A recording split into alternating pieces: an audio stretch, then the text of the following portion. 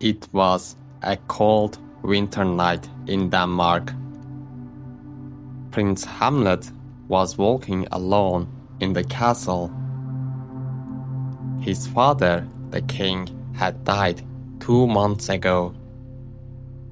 Now his uncle Claudius was the new king. Hamlet was very sad and angry. His mother, Queen Gertrude, had married Claudius very quickly after his father's death. Hamlet thought this was wrong. He wore black clothes every day to show his grief. Suddenly, Hamlet saw something strange. On the castle wall, there was a ghost. The ghost looked exactly like his dead father. Hamlet was scared, but also curious. Who was this ghost? What did it want? The ghost called to Hamlet, "My son, come closer," it said, in a deep, sad voice. Hamlet walked toward the ghost, his heart beating fast. "I am your father's spirit," the ghost said. "I cannot rest in peace because I was murdered." Hamlet could not believe what he was hearing. His father was murdered? But anyone said he died from a snake bite. The ghost told Hamlet a terrible secret. "Your uncle Claudius killed me. He put poison in my ear while I was sleeping in the garden. Then he married your mother and became king. You must avenge my death, my son." Hamlet listened to his father's ghost with shock and horror. Murder? His own uncle? It seemed impossible, but the ghost spoke with such sadness and truth. "Promise me, you will get revenge on Claudius," the ghost said. "But do not hurt your mother. Leave her to God." Hamlet promised his father's spirit that he would punish Claudius for his crime. When the ghost disappeared, Hamlet felt confused and scared. How could he prove that Claudius was a murderer? How could he get revenge on the powerful king? Hamlet decided he needed a strategy to discover the truth. Hamlet decided to pretend to be mad. If people thought he was crazy, they would not suspect his real plans. He started acting very strangely around the castle. He wore dirty clothes and talked in a confused way. He said strange things to the servants and acted rudely to his friends. Everyone in the castle started to worry about Prince Hamlet's sanity. His mother and Claudius called for Hamlet's old friends, Rosencrantz and Guildenstern. They hoped these friends could find out what was wrong with Hamlet and help him feel better. Hamlet also acted strangely with Ophelia, a young woman who loved him. Before his father's death, Hamlet and Ophelia had been very close. She thought they would marry one day. But now Hamlet was cold and mean to her. He told her he never loved her. He said cruel things that made her cry. Ophelia could not understand why Hamlet had changed so much. Ophelia's father, Polonius, worked for King Claudius. He told the king that Hamlet was acting crazy because of his love for Ophelia. But Claudius was not sure this was the real reason.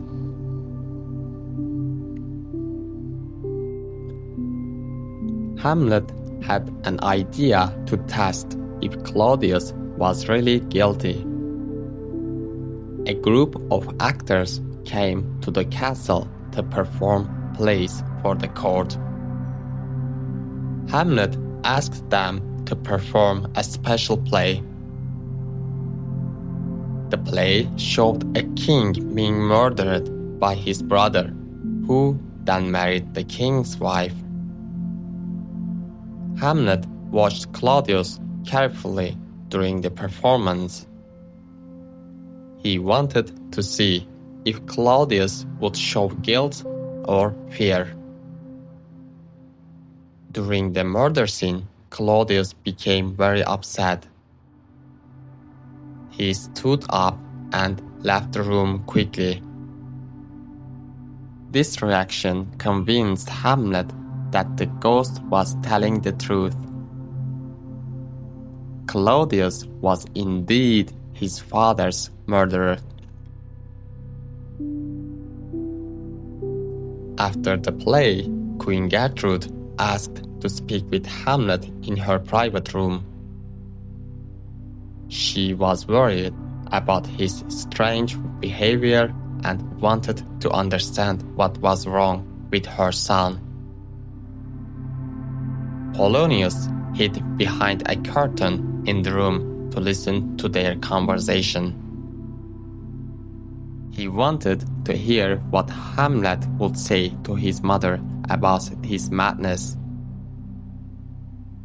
Hamlet spoke angrily to his mother about her quick marriage to Claudius.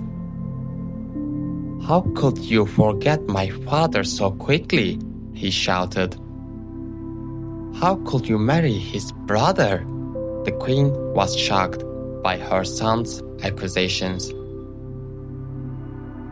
While Hamlet was arguing with his mother, he heard someone moving behind the curtain.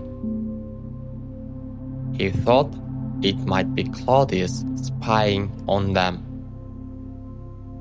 Without thinking, he pulled out his sword and stepped through the curtain. But it was not Claudius behind the curtain. It was Polonius, Ophelia's father. Hamlet had killed an innocent man by mistake. Polonius fell to the floor, dead. Queen Gertrude screamed in horror. Hamlet realized he had made a terrible error. Now, he was not just planning revenge, he was actually a murderer himself. This tragedy would have serious consequences. When Ophelia learned that Hamlet had killed her father, she became truly mad. Unlike Hamlet's pretend madness, Ophelia's madness was real. She could not handle the shock and grief. She walked around the castle singing strange songs and talking to flowers. She gave flowers to people and said things that made no sense. Everyone felt sorry for the poor young woman. Her brother, Laertes, was in France when he heard about his father's death. He returned to Denmark immediately, filled with anger and wanting vengeance for his father's murder. King Claudius was now very worried about Hamlet. The prince was dangerous and knew too much. Claudius needed to get rid of Hamlet without making himself look guilty. Claudius decided to send Hamlet to England. He told everyone it was for Hamlet's own good. A change of place might help his madness. But secretly, Claudius sent letters asking the English king to kill Hamlet.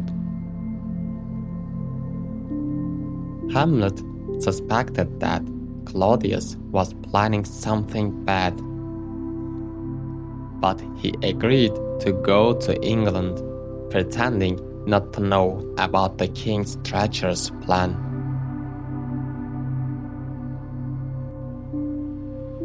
On the ship to England, Hamlet discovered Claudius's secret letters. The letters clearly asked the English king to execute Hamlet immediately. Hamlet was not surprised, but he was angry. Hamlet was clever. He changed the letters so they asked for the deaths of Rosencrantz and Guildenstern. These two men had been helping Claudius spy on Hamlet,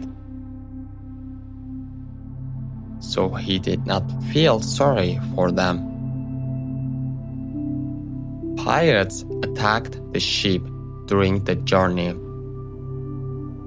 In the confusion, Hamlet jumped onto the pirate ship. The pirates agreed to take him back to Denmark in exchange for a favor he would give them later. While Hamlet was away, Ophelia's madness became worse. She spent hours by the river making flower chains and singing sad songs. She seemed to live in a world of her own, far from reality. One day, Ophelia fell into the river. Some people said she slipped while reaching for flowers. Others whispered that she jumped in on purpose because she could not bear her sadness anymore. Ophelia could not swim, and her heavy dress pulled her down into the water. She drowned in the river, still holding flowers in her hands. When Laertes heard about his sister's tragic death, his anger toward Hamlet grew even stronger. Hamlet returned to Denmark and went to the graveyard. He did not know yet that Ophelia was dead.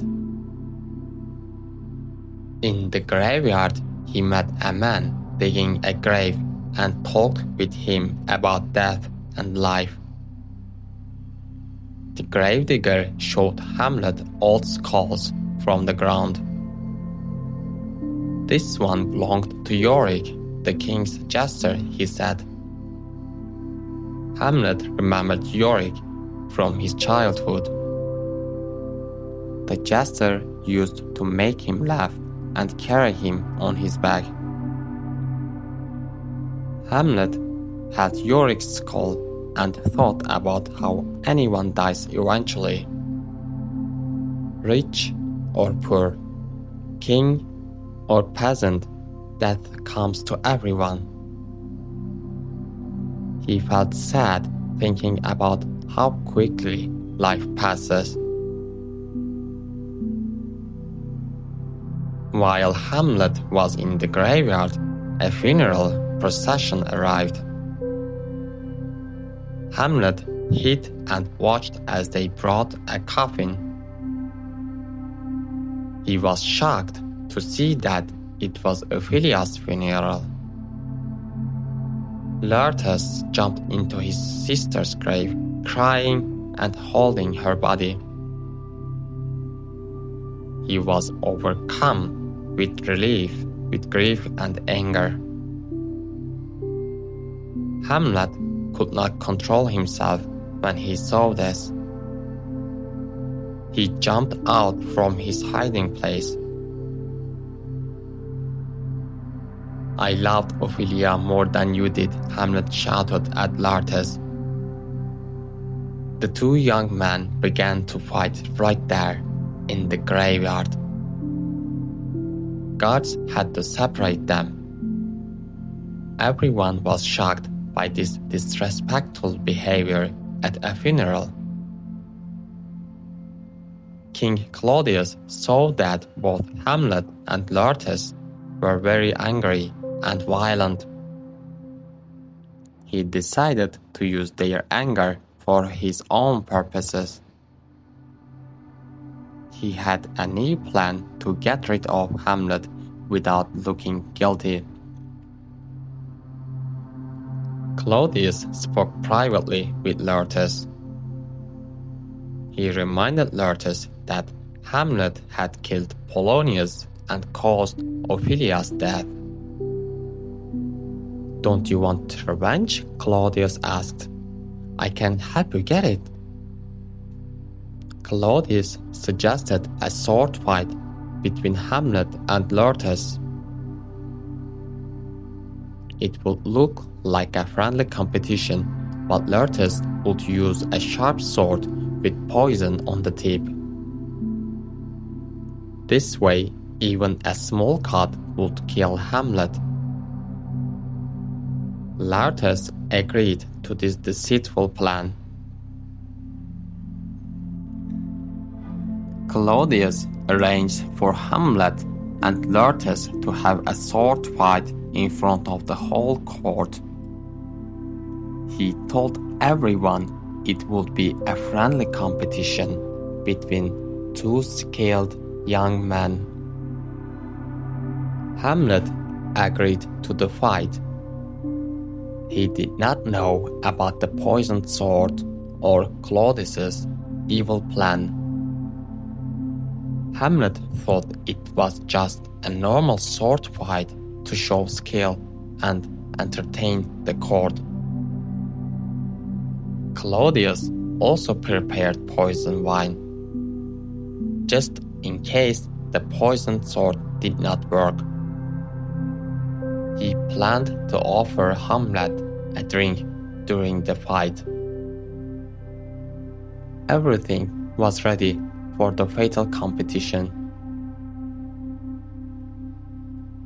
The sword fight began in the great hall of the castle. All the nobles watched as Hamlet and Laertes fought with their swords. At first, it looked like a normal, friendly competition. Hamlet was fighting well and winning points. Claudius offered him wine to celebrate, but Hamlet said he would drink later. Queen Gertrude was proud of her son and drank the wine herself, not knowing it was poisoned. Soon, the fight became more serious. Laertes managed to cut Hamlet with the poisoned sword. But then they struggled and their swords got mixed up. Hamlet cut Laertes with the same poisoned sword. Both men were now doomed to die. Queen Gertrude suddenly fell down, crying, the drink, I'm poisoned." She died quickly from the poisoned wine. Hamlet realized that something terrible was happening. Laertes, knowing he was dying from the poison, decided to tell the truth. Hamlet, we are both going to die. The sword was poisoned, and so was the wine. Claudius planned everything. Hamlet became furious when he learned of Claudius's evil plans.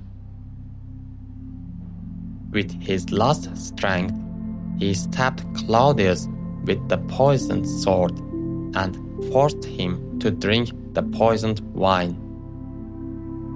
"Then die, you villain," Hamlet shouted. As Hamlet lay dying, his friend Horatio wanted to drink the poison too. He could not bear to live without his dear friend. But Hamlet stopped him. "No, Horatio, you must live," Hamlet said weakly. "You must tell everyone the truth about what happened here. Tell them about my father's murder and Claudius's crimes." Young Prince Fortinbras of Norway arrived at the castle just as Hamlet died.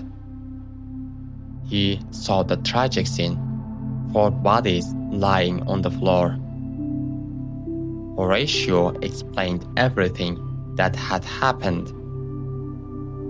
Fortinbras ordered that Hamlet should have a noble funeral like the prince he was.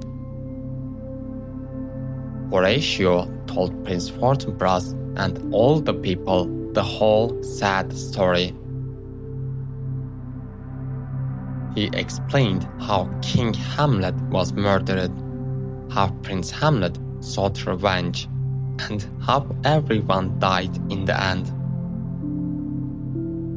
The people of Denmark were shocked to learn the truth about their former king, Claudius. They understood that Prince Hamlet was not really mad. He was trying to get justice for his father's murder. Prince Fortinbras became the new king of Denmark. He promised to rule well and bring peace to the country.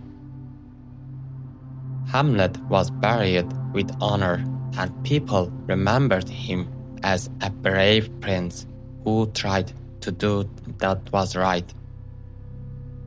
The legacy of his story would be told for many years to come.